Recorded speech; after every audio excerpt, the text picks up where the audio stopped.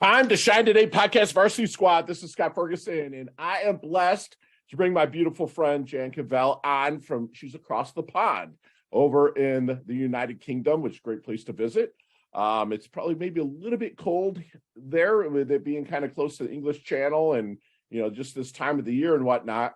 But Jan's a fantastic author. There's going to be a good a book giveaway at the end, but you have to stay on to the end, which I will purchase on Time to Shine Today's dime. But Jan is an entrepreneur from the United Kingdom, as I said, who has a few decades, which looking at her, couldn't believe that, but a few decades of running entrepreneurial business behind her.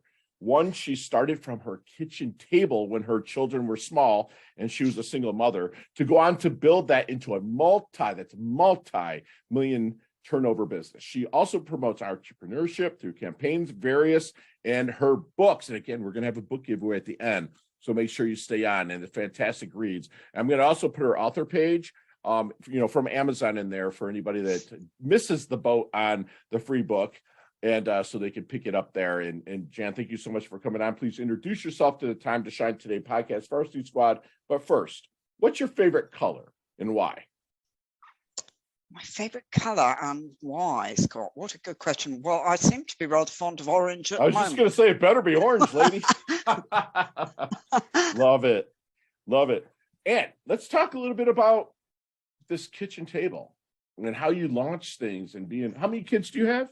Two kids, single mom, launching. I was basically raised kind of by a single mother for some point in my life, so I have mad respect for you.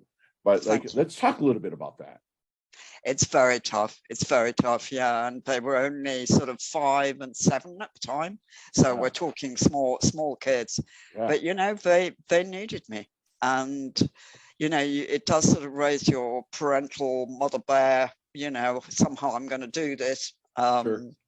But I never had grand designs of running a big business. I've just started, as you say, virtually on my kitchen table, on a shelf, actually, next door to the kitchen table.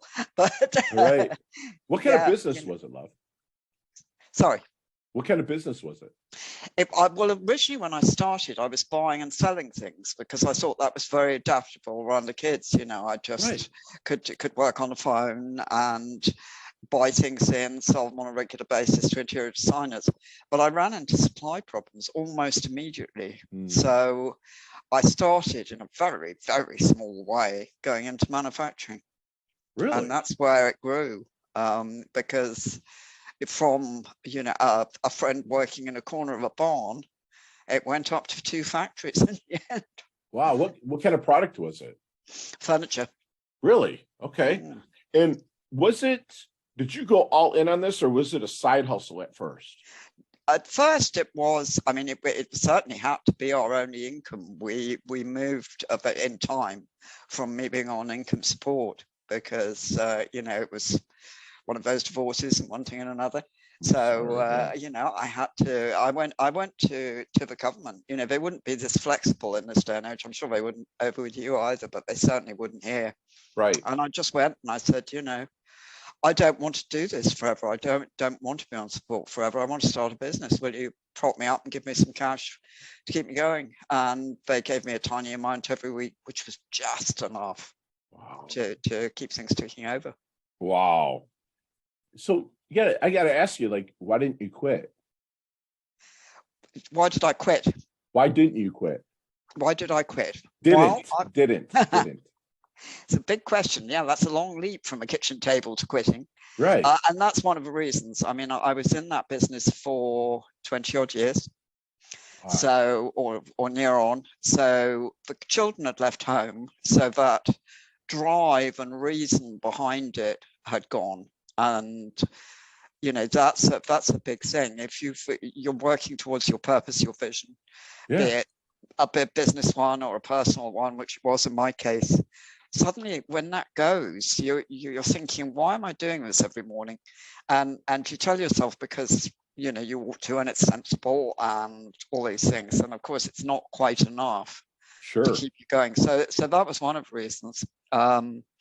Another was I was getting very burnt out, and I swung from thinking I'm going to sell this. I've had enough. To be sensible, pull yourself together and Right. keep going. And so I'd go out there and look for a buyer, get a buyer, and then panic at the last moment. It must have annoyed so many people, and go, sorry, I've changed my mind. I'm going to stay in for a bit. Right. And I turned down some good offers for it, ironically. But which, one particularly, I occasionally kicked myself looking at the bank balance. But then came a day and I thought, no, enough. And I virtually walked overnight. Wow. And what was the biggest obstacle growing that business? I understand the manufacturing, but outside of that, what was one of the roadblocks where you almost quit? I love that because you say you understand manufacturing and people don't. It's really tough. Right. I think there was. I think I would say it's difficult. I'm struggling to pick one, as you can hear. Apologies for the stutters. You're fine. I think the biggest one really was the fact that I started from a position of extreme ignorance.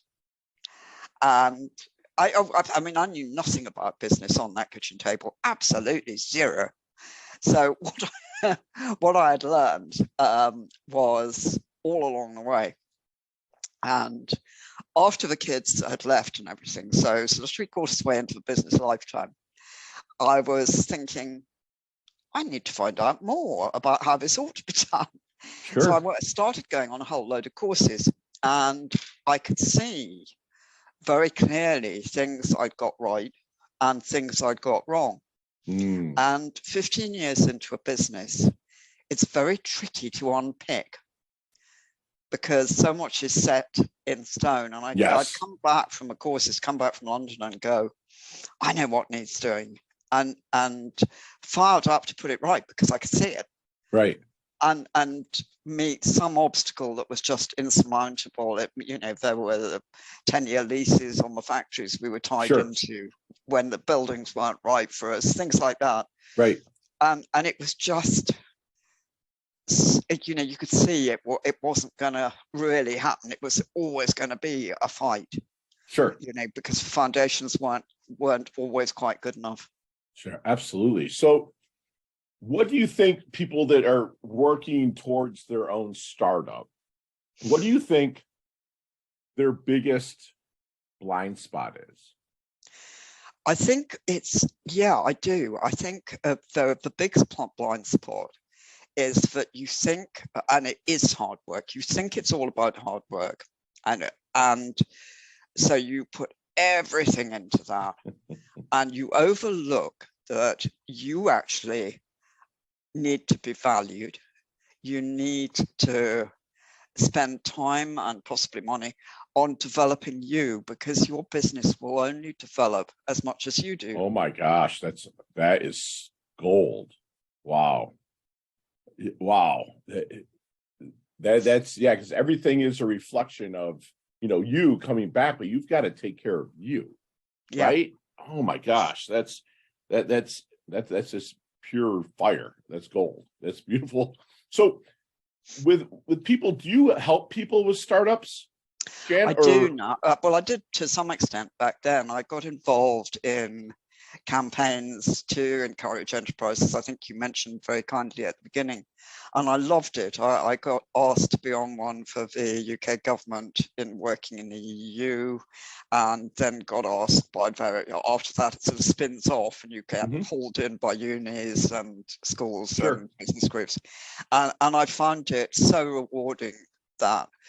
But of course, there was only limited time to do it. And initially, when I came out of that business, I wasn't worth talking to. I just needed time.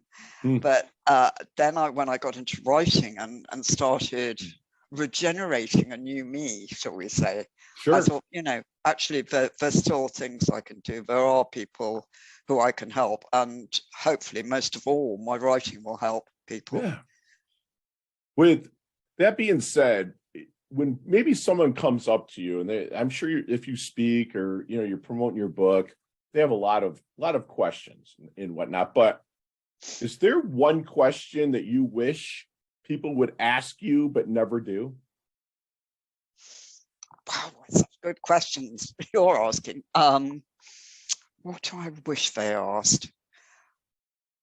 I think probably I will go for what's it really truly like being an entrepreneur, because unless you've done it, you don't get it. It's full of misconceptions.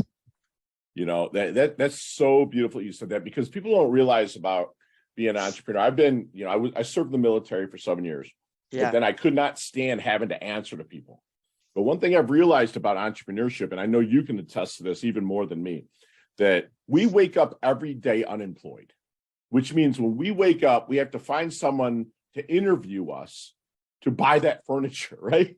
Or to whatever service that you have. But the thing is for lack of a better term, I get off on that. I love it now. If I had to punch a clock, I would be worthless, right?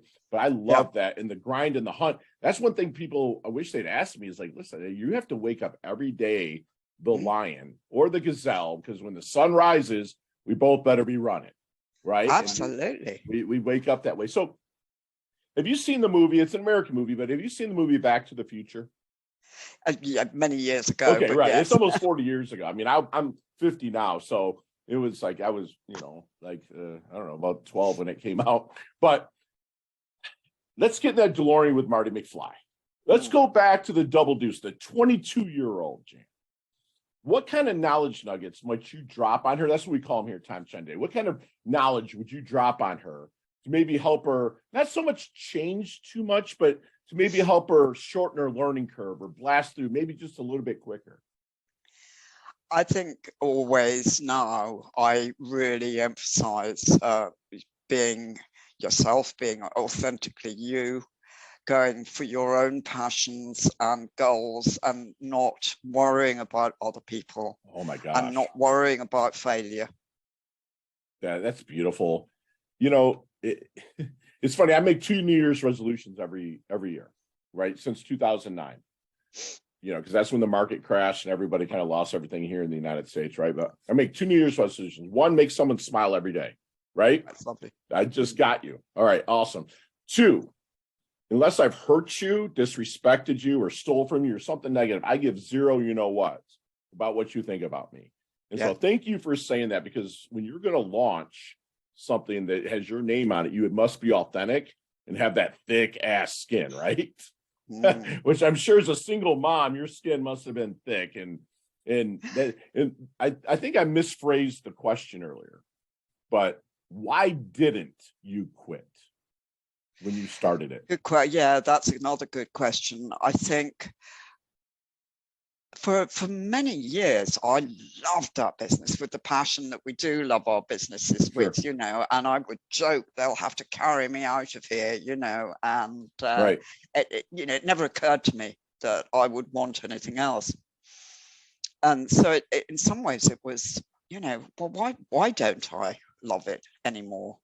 You know, it came as a shock that I could possibly ever want anything else. Right.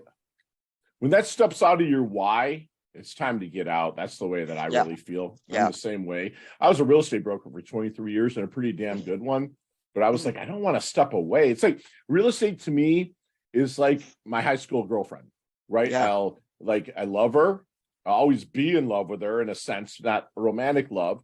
She's my first, if you know what I mean, right? Yeah, I do. You know, so it's like, but you'll always be fond of it. But, you know, my mentor, my coaches said, all right, let's build you a team. So they run it so you can still stay close to it, but you can build your coaching business, you know, for the last 13 years and stuff. So I love that. So how do you want your dash remembered? That little line in between your incarnation date and your expiration date, your life date and death date. Hopefully it's way down the road. But how does Jan want her dash remembered? I think because it was always my childhood dream, if somebody puts that tag author underneath there, I would go happy. So I'm sorry, what were you saying? I was saying because it was such an obsessional childhood dream all my life to become one. I think if somebody put the word author underneath there, I would probably be happy. Wow, that's beautiful. Yeah, I'm sure somebody will. And again, hopefully it's way down the road because you have so much to share with this world. So, Jan, what do you think people misunderstand the most about you? But me, I mean, I think I like how you answer that about me. I love it. I love it. yeah. Wow, what do they misunderstand? I think some people find the fact that I am so straight down the line and I am 100% authentic off-putting, or it throws them out. You know, I think they're used to, most people are much more genuine, and I'm much more genuine, much not less genuine, but more so, possibly more socially acclaimed. I don't know, Right. but you know, I will just put it out there and hope that I can be of service, and sometimes that comes over as too direct, I guess. No, I can see that. Especially and you, to me, you get a pass because, and what I mean by that is, I don't use the word excuses, but you have a reason for to come off that. When you raise two kids from a kitchen table on government assistance, going after your why, Yeah, it's like that can be intimidating on down the road, especially and there's no negative connotations to women, but females. You know, you see a strong female, sometimes it can be off-putting. But I can see that. But I think that when you and I meet, hopefully one day, we'll give each other a big hug and laugh and go have a pint or something, you know? that would be lovely. That'd be great. So what, if anything, keeps you up at night? What? Sorry, Scott. What if anything keeps you up at night?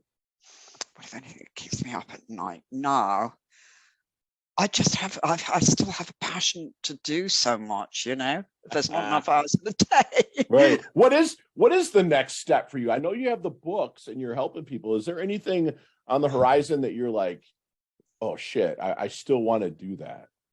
Oh, I mean, I get fired up still. I get ideas, and you know, the entrepreneur is still alive, you know, and there's spin-offs, and we had a couple of great events, for just tiny ones, but virtual events for the launch of my book, and that was such fun. And you know, a lot of people were saying, when are the next events? Well, you know, are you going to do a big one?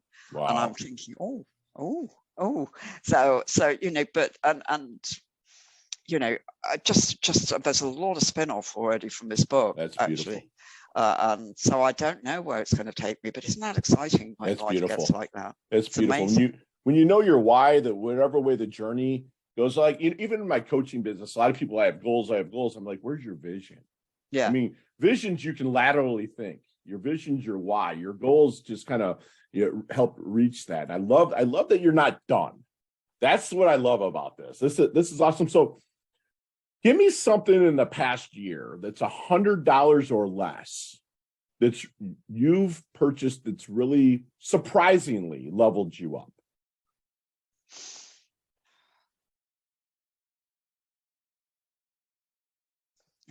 I was going to say a new pair of headphones, but it does help to be able to hear. Yeah.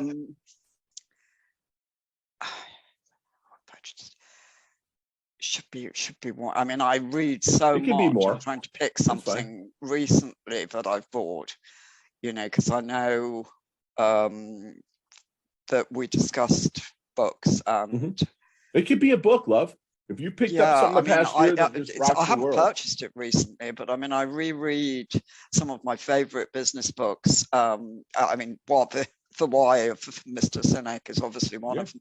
But for example, some of my favorites, I get fascinated by teamwork, and I love Pat Lencioni. Is he Lencioni or Lencioni? Yeah, I love his parables. You know I love what his I mean? business parables. Beautiful. But yeah, that's awesome. So, Jan, what would be your definition of a life well lived? Going for it, I think, you know. Oh, I love it. I love it. Awesome. That's beautiful. And squad, we are going to take my good friend Jan Cavelle through our Leveling Up Lightning Round just as soon as we get back from thanking our sponsors and affiliates. Time to Shine Today podcast Varsity Squad. We are back. And Jan, I was serious. I really love to, meet you one day and whatnot. And I'm sure these questions, we'll talk 15, 20 minutes about a lot of them, but Today, you have 5 seconds with no explanations, and they can all be answered that way. You ready to level up? Okay. Let's do it. What's the best leveling up advice Jan has ever received? I think probably to do this latest book, actually, I went to my son, because they're slightly bigger now, my two.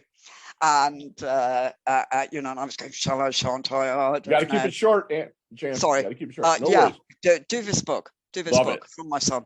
Share one of your personal habits that contributes to your success. People don't like it, but I'm afraid it's hard work. You need Beautiful. to work hard for success. When you text, what is your most commonly used emoji, if any, when you text? I'm not a great emoji. Good. Shows No my problem. age, I know. No problem. Chess, checkers, or Monopoly?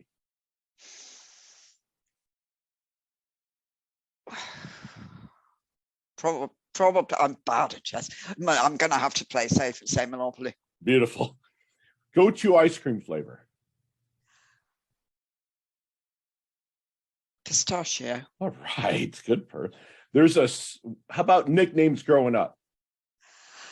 Oh goodness, this is going to confuse you. I had so many because I was very briefly, but I was an acting family, and my mother had us all play characters all day, so it was pretty weird, And one moment I was Oliver from Oliver Twist, and Sure. the next moment I'd be something else. I love it. Let's build a sandwich. The Jan Cavelle sandwich. What would be on that sandwich? Oh, mayo. I'm a bad mayo fan. And me too. I think a good chicken, lettuce, and mayo takes a lot of eating. Perfect. Love it. Favorite charity and or organization you'd like to give your time or money to? I give my money to a homeless charity around Good here. for you. Nobody knows that, actually, but anyway, just especially for you. Thank you so much. And last question, but what's the best decade of music? 60s, 70s, 80s, or 90s? Must I pick? I love music from all Me too. genres. I'm a hopeless, non-selective music lover. Okay, very good. We'll just leave it at that. That's beautiful. So, Jan, how can we find you, my friend? You can find me via my website, which is www.jancavelle.co.uk. Excellent. And I'll put that in the show notes as well. But tell us a little bit about your new book here, Start for Success, The Entrepreneur's Guide to Startups. My new book it comes out of a history we've been talking about my learning for how important good foundations are, and also to help people understand what entrepreneurship is all about. And so I wanted a book that was really representational of entrepreneurship, not some sort of puff piece that somebody's never run a business. And right. I don't mean that rudely. Some of them are really good, some of them are not. But so it's full of information that you need, hopefully, and I think it probably is. But also, it's contextualized by stories from loads of entrepreneurs around the world. So if I'm saying something about values or something, I'll have a couple of stories precisely from real-time entrepreneurs. That's beautiful. Showing what they've changed in their business about them, which I think makes hopefully entertaining reading as well as useful reading. Well, I love it. And I'm hoping that one day, because of your story, that your background, that, I know you like Peter Lecciani and like his books, the business parable type. I hope you write one day.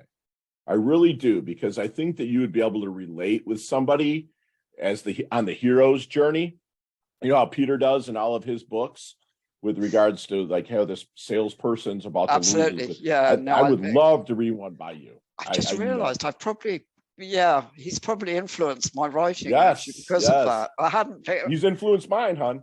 100%. Yeah. I love that. I love it. When you said that, I was like, finally, I have a kindred spirit out there. That's beautiful. Yeah. So do me one last favor and leave our squad of listeners. Oh, I'm sorry, squad. I just remembered, Donnie. Thank you. The first person that puts Hastings in any of our social media, I'll know you've listened to the beginning to the end. I will personally buy a book of Jan's Startup for Success and have it mailed to you. So first person, but Hastings, I don't care if it's Pinterest, Instagram, Twitter, whatever, put Hastings in there, then I'll know that you've listened and we'll send that book out to you. But Jan, do me one last solid and leave us with one last knowledge nugget that we can take with us, internalize, and take action on. Whatever you've been dreaming of, go for it. Take an action on it today. I love it. And Squad, we had really a fun discussion, but also kind of a masterclass by someone that was given just enough by her government to get by.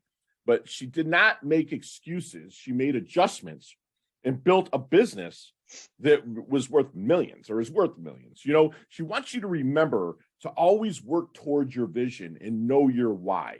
And if you don't know how, get your asking gear. If the passion's there, you get your asking gear. Ask somebody, and people are more than willing to point you in the right direction if they really care, if they're coming from a good go-giver heart. You know, she wants you to remember, never overlook being valued. And to start with that, you have to take care of you. You know, the whole example of, you know, if you're on a plane, put your mask on first so you can help others. Always take care of yourself. I believe my friend Jan does what she loves in the service of people that love what she does. Meaning she loves helping people. She loves being an author, and people love her for that. I know that I do. And that obsession of being an author, she's published fantastic books. And don't forget that book giveaway that I had out there. And I believe that Jan is planting trees she's probably never going to sit in the shade of because of her passion, what she did raising 2 kids, single mom, and still getting it done. Again, she didn't make excuses. She made adjustments. She wants you to go out there and do it scared. If you're scared, still do it. Yeah. And keep that momentum going. Jan, you're such a beautiful lady. You level up your health. You level up your wealth. You're humble, yet you're hungry still. And you've earned your Varsity Squad letter here at Time to Shine today. Thank you so much for coming on. I absolutely love your guts. I am honored, humbled, delighted. Thank you. You're very welcome. Chat soon. Lovely.